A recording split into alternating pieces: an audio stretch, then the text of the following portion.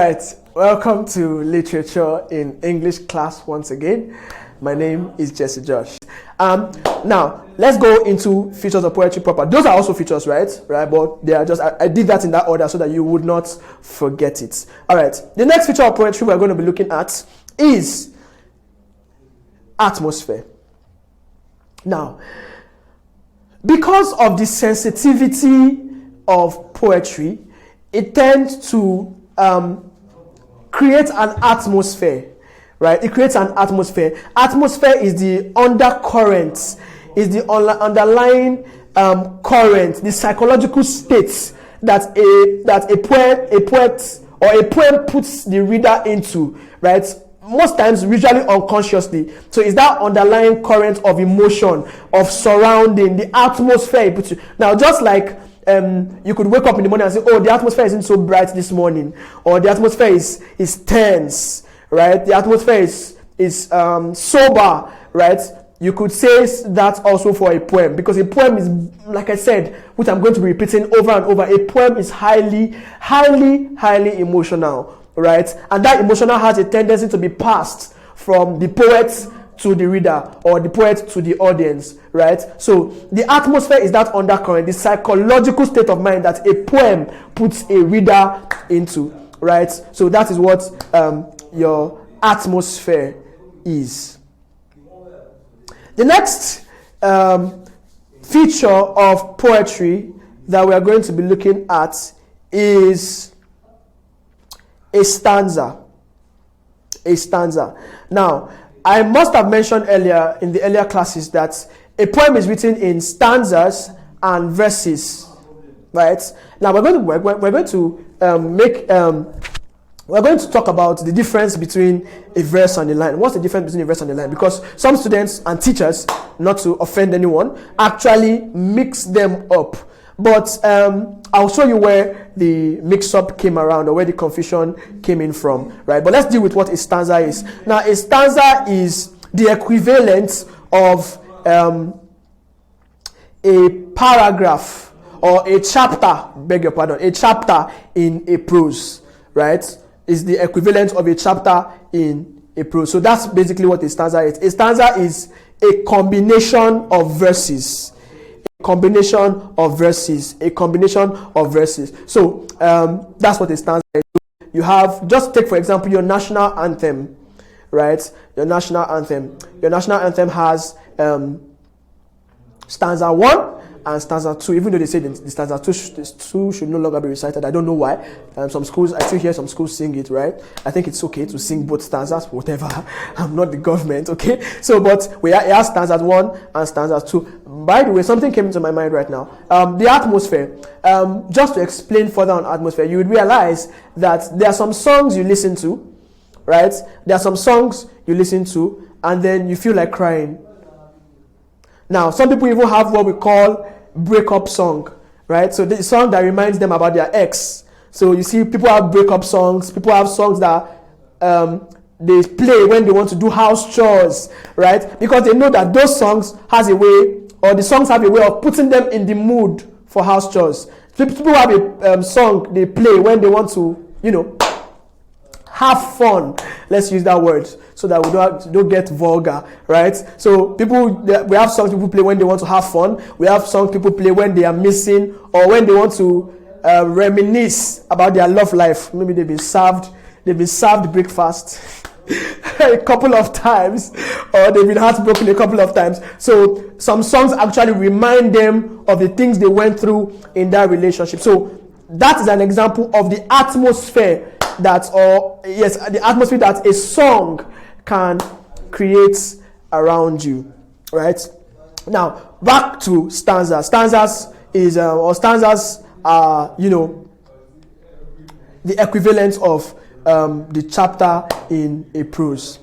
All right. A stanza, like I said, also is the collection of verses, right? A collection of verses make up a stanza, right? A stanza is made up of lines or verses. So if a collection of verses makes up a stanza. And now what makes a stanza is that usually in a stanza, an idea is brought up, or an issue is brought up, a challenge is brought up, right, in a stanza. So each stanza might have different issues being brought up to be addressed or to be talked about or to reminisce on or to, do whatever it's supposed to be done with, right? So a stanza just basically brings up an issue. So you can use the idea of a stanza to separate one thought flow from another, even though they are linked in the same poem, right? So in a poem, maybe we want to be talking about education. There are different sides to education. So you might use stanza 1 to talk about one side, stanza 2 to talk about another side, stanza 3 to another side till your poem is exhausted, right? So that's basically what a stanza is. All right. The next feature of poetry we're going to be looking at is what we call cantos. Cantos. Now, it's not so popular, but if you do your research well, you'll find out what a cantos is. Now, a cantos is not popular, as I've just said. However, a cantos is used when we are dealing with much larger poems like the epic or the ballad or any narrative poem per se, right? So when you're dealing with poems that are so long or so narrative like the ballad, the epic, right, you would find it very difficult to count such a poem or to analyze such a poem based on stanzas. So what do? We analyze them based on what? Cantos. Cantos. If you look at the poem Proud King, which I recommended in the last class that some of you watch, or that you all go watch or read, you would see that there are a group of stanzas, right? So a group of stanzas or a collection of stanzas is called a cantos, right? So when you're dealing with a narrative prose, poetry. When you're dealing with a narrative poetry, you are basically going to have to divide them into cantos, not stanzas. What's a cantos? A collection of stanzas. Although it's not popular, right? Except you are dealing, like I said, with very, very lengthy poems. Now, I said I was going to talk about the verse. Now, there has been a contradiction or a conflict between what a verse and a line is, right? Now, the whole idea or the whole confusion came because of the religious sector, right? So, when you look at hymns and some hymns, basically, you see instead of them saying line 1, they say verse 1. And the verse you're talking to is a whole stanza, what we call stanza in literature. So they call a part. So we have a poem, is a hymn like, in Christ alone, my hope is found, here in the light of Christ. So I was looking at the poem recently, and I saw that they named that whole stanza verse 1, the next stanza verse 2. But in literature, so if you have to be in the religious sector, don't argue with them. Just accept that the first stanza is a verse. So verse 1, verse 2, verse 3. But in literature, a verse is a line of poetry. It's a line of poetry. You can use your Bible, for example. So in your Bible, you have Genesis chapter number 1, verse 1, right? When you talk about verse 1, you see that that verse is a line, usually a line, not more than a line, right? So verse in literature, verses are lines of poetry. Okay, lines of poetry. But in the religious sect, you probably have to talk about verses as regards to stanzas. But in literature, please make sure that you understand that verses are lines. Verses are lines. All right.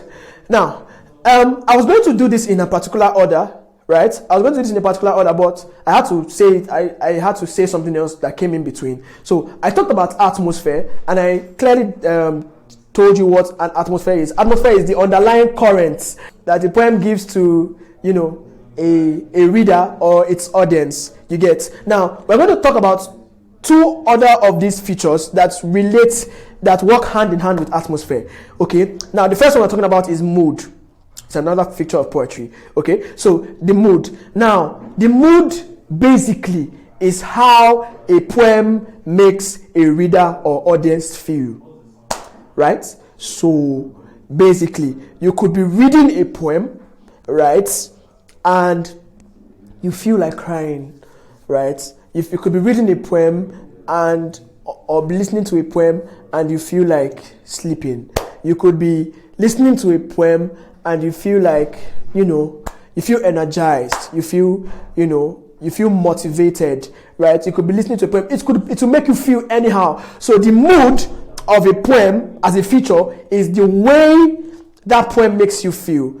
Now, this works hand in hand with atmosphere, because you can't actually differentiate atmosphere from mood. The mood is directly influenced by the atmosphere and vice versa. Okay, right. So let's talk about the tone. So it's like we are taking three of them together. Now, the tone is the underlying voice, the underlying tone, right? The underlying voice behind the poem. So you're probably reading, it doesn't even only apply to poems, right? So you're reading a book or a storybook, and you realize that usually works for drama. And in your head, when you're reading the poem, you are giving, it's you reading the poem, or sorry, it's you reading the work of drama. And in your head, you are giving different voices to different characters in the drama. Has that happened to you before? Definitely, right? So it's the same thing, but in a poem, it's just that there's no dialogue, right? There's no different characters. But in a poem, you are reading, there's a tone, there are specific words that you use in a poem. They will pass a particular tone, right? There will be an underlying tone that is, of course, not audible, but in your head, as you read the poem, you are hearing a voice, right? So now, how does this relate to mood? The tone directly affects the mood. If the tone is calm, if the tone is sober, you will most likely switch into a sad mood, right? If the tone is sad, you switch into a mood of sadness, and therefore your atmosphere becomes sad. Do you get the point? So that's how they work hand in hand. You cannot separate tone, mood, and atmosphere. They influence each other. You get? So if the mood of the poem is happy, definitely the tone cannot be happy. The tone will definitely be happy, right? If the mood of a poem is energetic, the tone has to even be the one to influence the mood, right? The tone directly influences the mood, and the mood in turn influences the atmosphere. So they work hand in hand. The tone is the underlying voice in a poem. The mood is how the poem makes the reader feel, influenced by the tone, and the atmosphere is the surrounding undercurrent that the poem projects to the reader, which is directly influenced by the mood. So basically, they work hand in hand. The next feature of poetry that we are going to be looking at is imagery. Now, imagery is the most important part or most important feature of poetry, right? If your poem is going to be amazing, if your poem is going to be top-notch, right, it has to have a very high sense of imagery, right? So you are wondering, what is imagery? Imagery is that impression that the author of a poem seeks to pass to the reader or the audience. Is that impression? Is that feeling? Is that thought? Is that perspective? It's that thing that the reader or the author of the poem, the poet, wants to make you see. It wants to make you hear. It wants to make you touch or experience. Is that experience, right? So now imagery is very, very important when it comes to poetry, right? It's very, very important. Now, because of the limited size for that word, let's use that word, of poetry. You know, I told you earlier that poetry has a lot to say, but limited time and space to say it. So because of the limited space and time it has to make use of accurate imagery. This imagery must be so accurate that when the audience or the reader is listening to the poem or reading the poem, as the case may be, he's not lost. He or she is not lost, right? Or they are not lost. They can actually feel or experience what you are trying to tell them, or what the poet is trying to tell them. So this can be done through the five senses. Imagery is done through the five senses, and it now further extends into the 5 types of imagery that we have. So the 5 types of imagery that we have are the visual, the auditory, the gustatory, the tactile, and the olfactory. I'll take it again. The visual, the auditory, the gustatory, the tactile, or the olfactory. One more time. The visual, the auditory, the gustatory, the tactile, and the olfactory, which makes up for the 5 senses, the 5 sense organs. Now, what what is the visual imagery? What is visual imagery? Visual imagery is imagery that has to do with the sense of sight, right? The sense of sight. So if a poet wants to describe something to you in his poem, he's going to give you. So he wants to describe something, and he wants to say. He says the beauty of you. You're as beautiful as a peacock, right? Now, that's if you have a peacock around, right? The first thing your mind will probably bring to you is the image you already have of a peacock, right? So you have probably seen a peacock before, right? Now, if it says that you are or she is as beautiful as a peacock, your brain automatically kicks into action and gives you the image of a peacock and how beautiful it is. What has the poet just done? He has just used visual imagery to explain beauty or how beautiful the lady is. I hope you get the point. Now, auditory imagery is that imagery that plays on sound, the sense of hearing, right?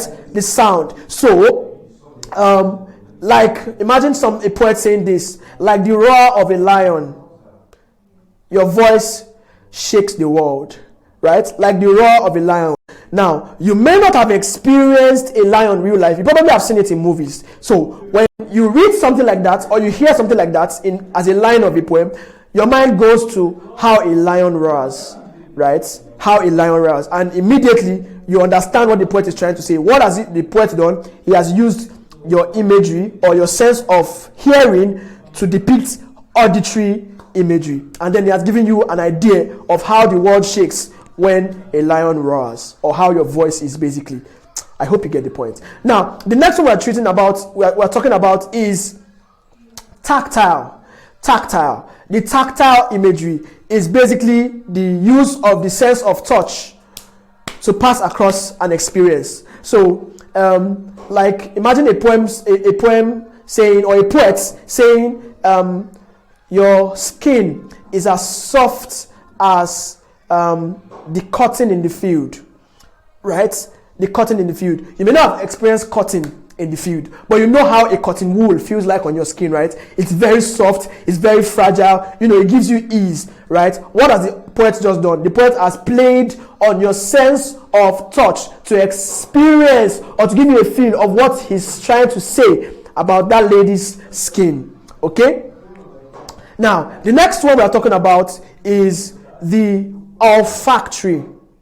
The olfactory, which is your sense of smell, right? It's directly related with your sense of smell. So imagine a poet saying, like the roses of the field, you smell so amazing, right? This is just an example, don't mind me. So imagine it says that, and you have perceived the smell of a rose before. What happens? Your brain kicks again into action, and then you understand immediately how this lady or how the person the poet was referring to smells. Okay, so once you've already smelled what a rose smells like, or you already know what a rose smells like, it's easy for you to relate with what the author or the poet is trying to say. So he has played on your sense of smell, your olfactory imagery.